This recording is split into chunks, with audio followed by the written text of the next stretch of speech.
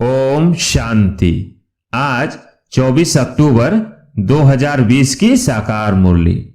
आज बाबा ने कहा, मीठे बच्चे, तुम हो सच्चे सच्चे परवाने जो अभी समा पर फिदा होते हो। इस फिदा होने का ही यादगार यह दीपावली है।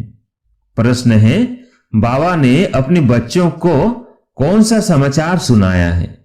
उत्तर है, बाबा ने सुनाया, तुम आत्माएं निर्वाण धाम से कैसे आती हो और मैं कैसे आता हूं, मैं कौन हूं, क्या करता हूं, कैसे राम राज्य स्थापन करता हूं, कैसे तुम बच्चों को रावण पर विजय पहनाता हूं। अभी तुम बच्चे इन सब बातों को जानते हो, तुम्हारी ज्योति जगी हुई है।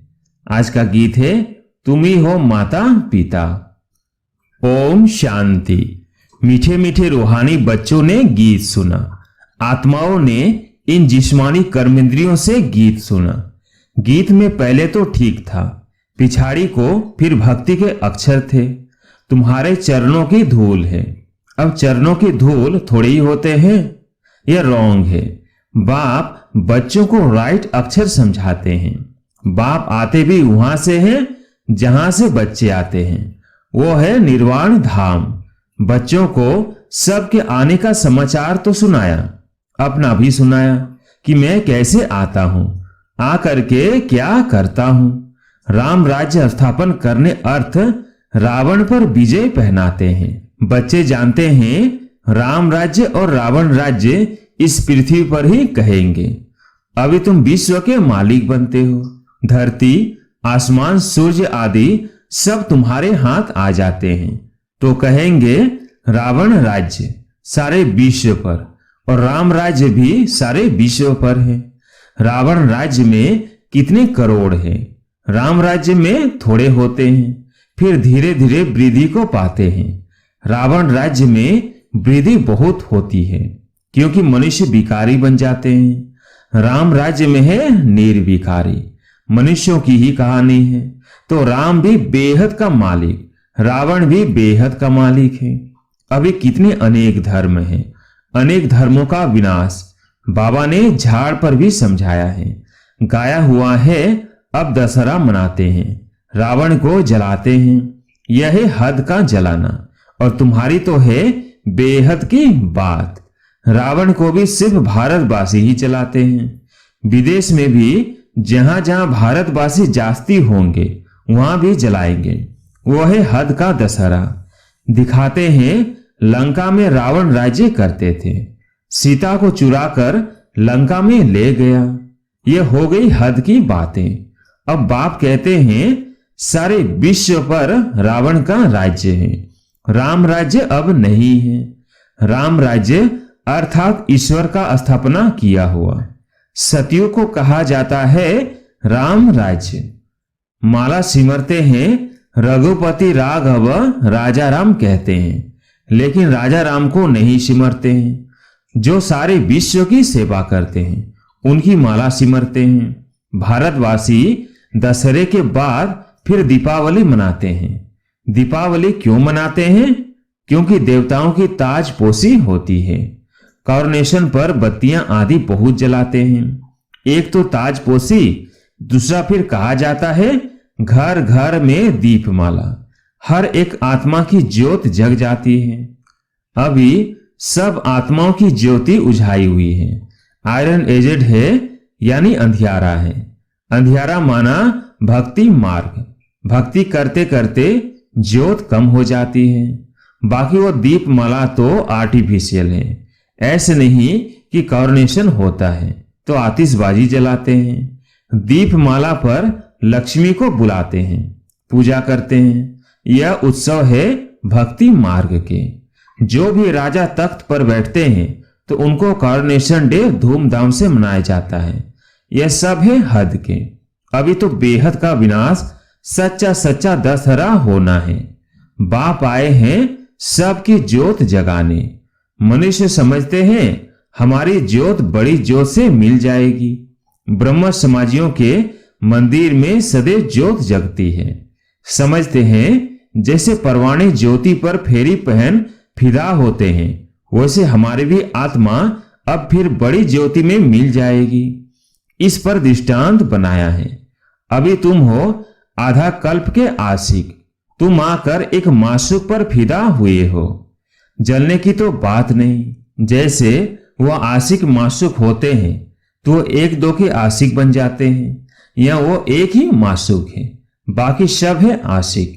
आशिक उस माशूक को भक्ति मार्ग में याद करते रहते हैं। माशूक, आप आओ तो हम तुम्हारे पर बलि चढ़े, तुम्हारे सिवाय हम किसको भी याद नहीं करेंगे। यह तुम्हारा जिस्मानी लब नहीं है। उन आशिक माशूक का जिस्मानी लब होता है। बस एक दो को देखते रहते हैं, देखने से ही जैसे तृप्त हो जाते हैं। यहां तो एक माशूक, बाकी सब है आशिक। सब बाप को याद करते हैं। भल कोई नेचर आदि को भी मानते हैं, फिर भी ओ गॉड, हे भगवान, मुख से जरूर निकलता है। सब उनको बुलाते हैं, हमारे दुख दूर करो। भक्ति मार्ग में तो बहुत आशिक माशूक होते हैं। कोई किसका आशिक, कोई किसका आशिक। हनुमान के कितने आशिक होंगे? सब अपने अपने माशूक के चित्र बनाकर फिर आपस में मिलकर बैठ उनकी पूजा करते हैं। पूजा कर फिर माशूक को डुबो देते हैं। अर्थ कुछ भी नहीं निकलता। यहां वो बात नहीं।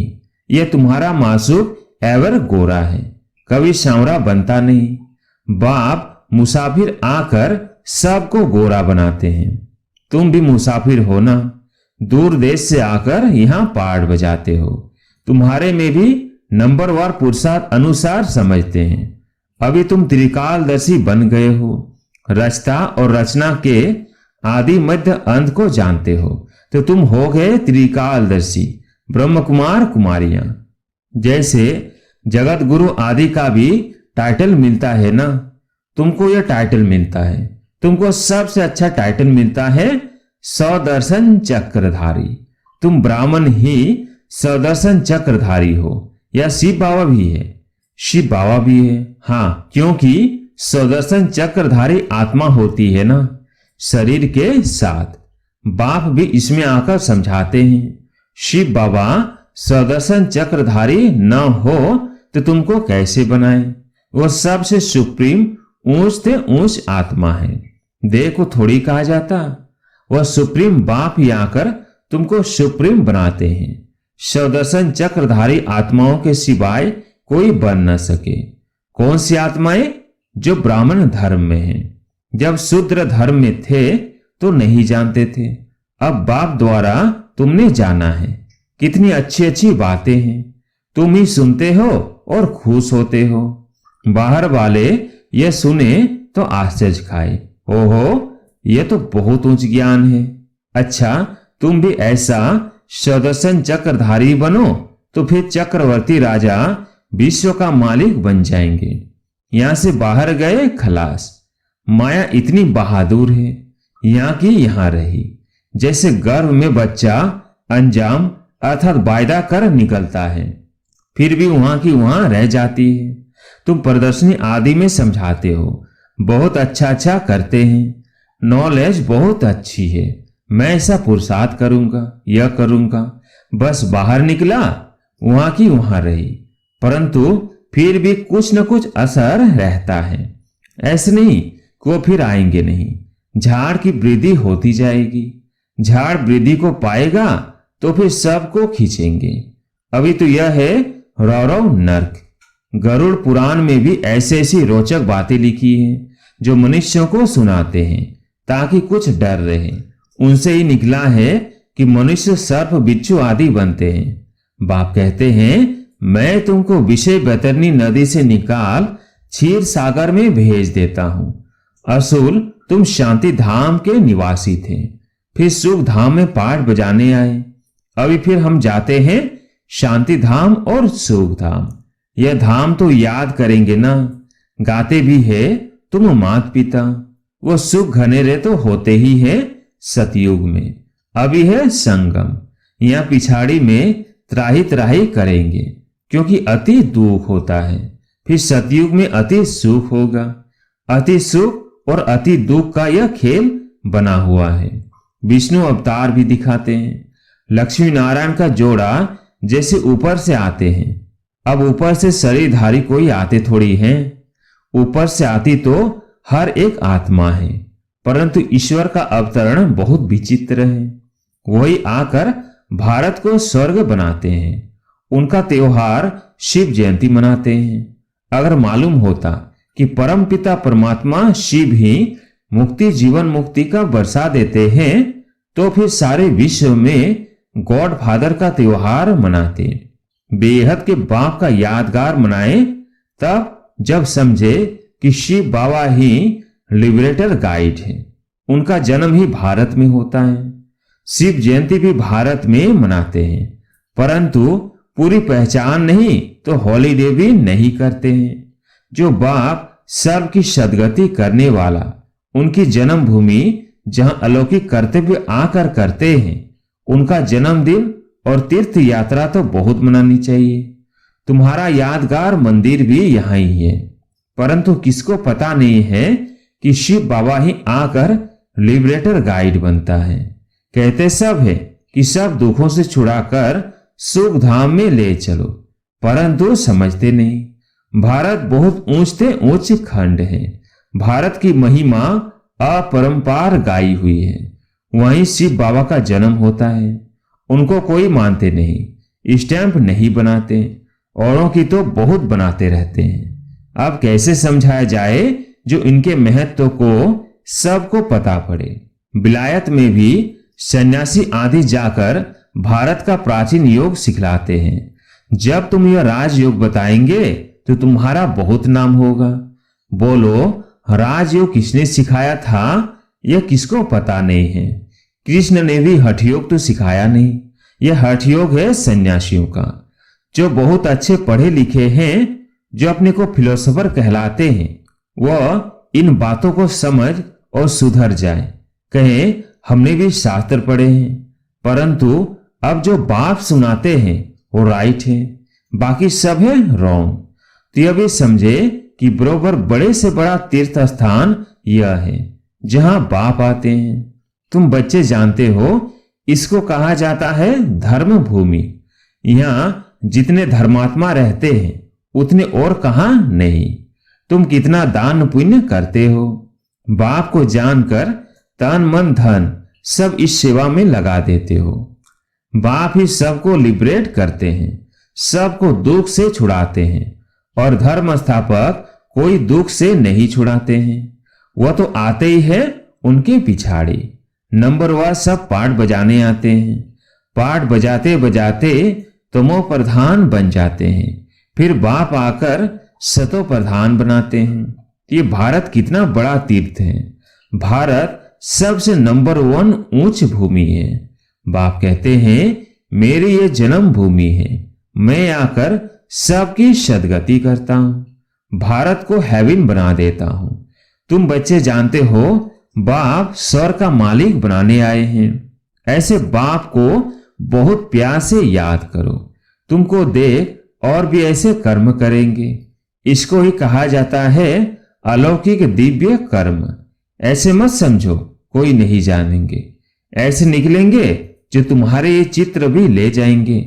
अच्छे अच्छे चित्र बने तो स्टीमर भराकर ले जाएंगे। स्टीमर जहां जहां खड़ा रहता है वहां ये चित्र लगा देंगे। तुम्हारी बहुत सर्विस होनी है। बहुत उदारचित हुंडी भरने वाले संबल साहब भी निकलेंगे जो ऐसे काम करने लग पड़ते हैं, ताकि सबको मालूम पड़े कि यह कौन है जो इस पुरानी दुनिया को बदल और नई दुनिया स्थापन करते हैं।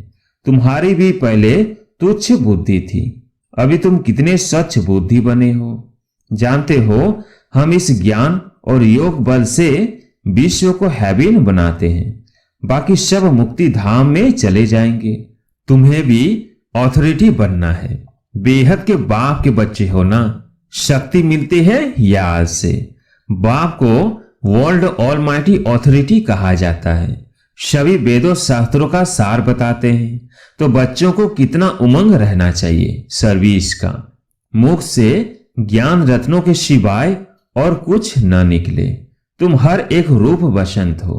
तुम देखते हो सारी दुनिया सब्ज अर्थात हरी भरी बन जाती है। सब कुछ नया, वहां दुख का नाम नहीं। 5 तत्व भी तुम्हारी सर्विस में हाजिर रहते हैं, अभी वो डिसर्विस करते हैं क्योंकि मनुष्य लायक नहीं है। बाप अभी लायक बनाते हैं। अच्छा, मीठे मीठे सिकिलधे बच्चों प्रति माँ पिता बाप दादा का याद प्यार और गुड मॉर्निंग। रूहानी बाप की रूहानी बच्चों को नमस्ते। हम रूहानी बच्चों की रूहानी बाप दादा को याद प्यार गुड मॉर्निंग नमस्ते नमस्ते। धारणा के लिए मुख्य सार। पहला पॉइंट, रूप बसंत बन मोक्ष से सदैव ज्ञान रत्न ही निकालने हैं। सर्विस के उमंग में रहना है, याद में रहना और सबको बाप की याद दिलाना, यही दिव्य अलौकिक कार्य करना है। दूसरा पॉइंट, सच्चा सच्चा आशिक बन एक माशूक पर फिदा होना है, अर्थात बलि चढ़ना है, तभी सच्ची दीपावली होगी।